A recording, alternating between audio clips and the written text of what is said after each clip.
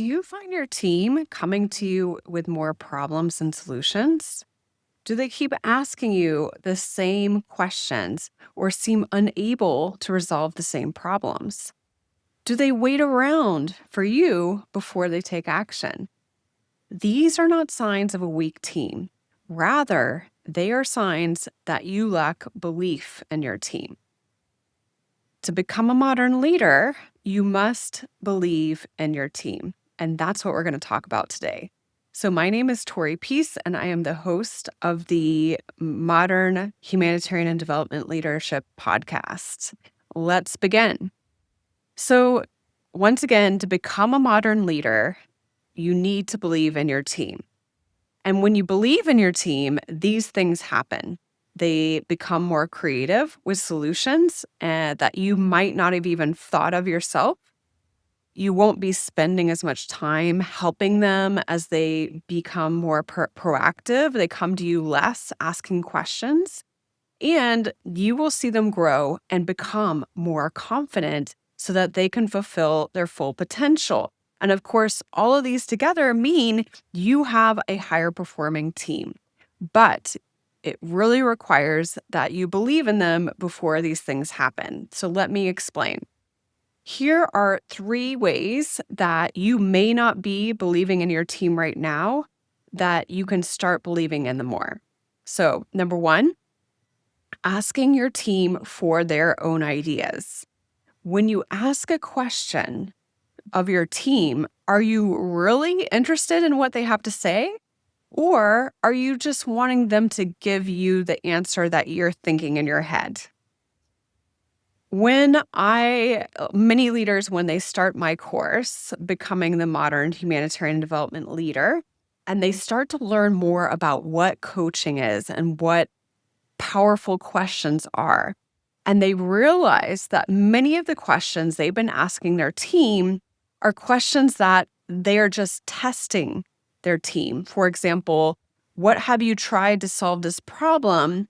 They might ask that question, but then hope that their team member gives them the answer that they are already thinking.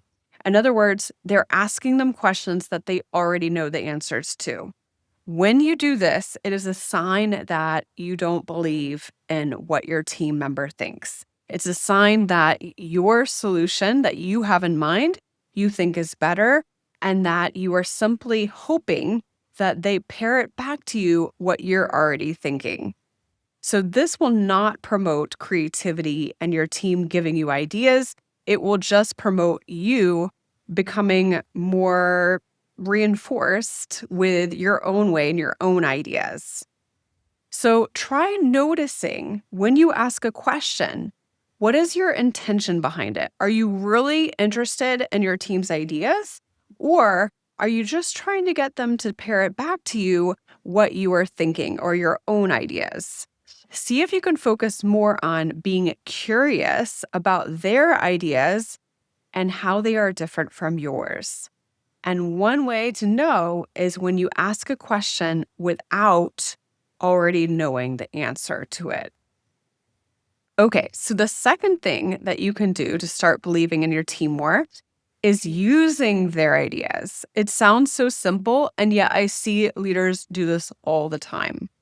I remember, and maybe you've had a friend like this, where they keep asking you for advice about a problem that they're facing.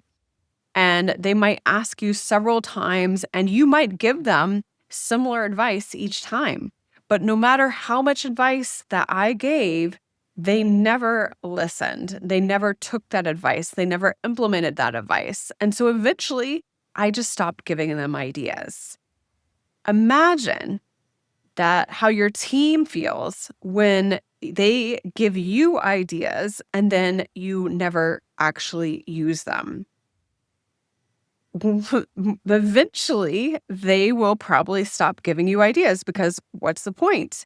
If your team does not currently come up with their own solutions or give you ideas, you might want to ask, how might you be contributing to that?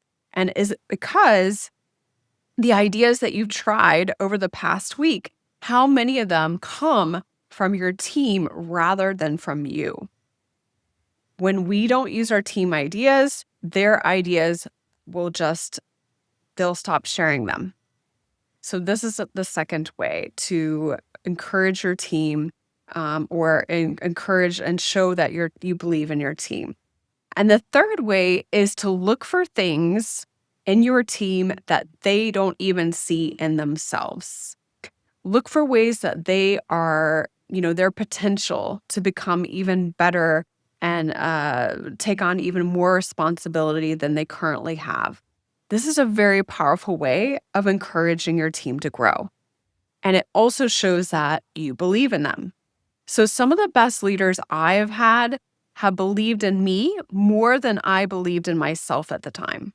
So for example, when I was head of office in Timor-Leste, and the country manager, who was my supervisor at the time, he believed that I could become the next country manager, that I could replace him when he left. But in order for that to happen, we had to meet and get the approval from his supervisor or the regional level manager. And when we met with the regional level manager, I totally shut down. I was so nervous. I was not myself at all. And I did not show the confidence needed for him to really believe that I could take that position. And afterwards, my supervisor told me, I know you can do this. You just need to show him.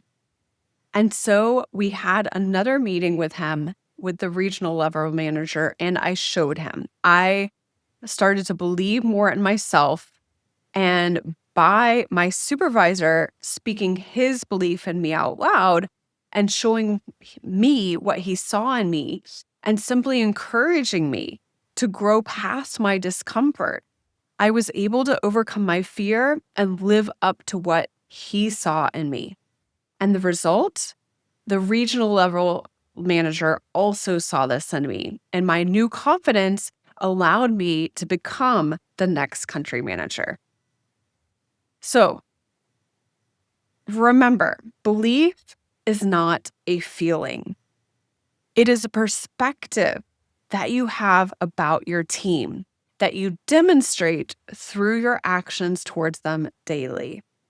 So this week, I want you to pick a moment where you might normally step in and give ideas or tell your team what to do, and instead pause and ask for your team's ideas. And when they come up with them, pick one and apply it. See how much more engaged and motivated your team can become simply by showing them how much you believe in them. All right, until next week, keep evolving. Bye for now. Are you the type of leader that tells others what to do? Or do you let them figure it out for themselves? Understanding your leadership style is the first step to deciding what's working for you and what's not. To find out your leadership style, take my free quiz. What is your leadership style? You'll immediately find out your default style, how it may be impacting your team, and a few practical ways to become an even better leader. Just click on the link in the show notes, www.aidforaidworkers.com/quiz, fill out your quiz, and click submit. So what are you waiting for? Go to www.aidforaidworkers.com/quiz and discover your leadership style now. Your team will thank you for it.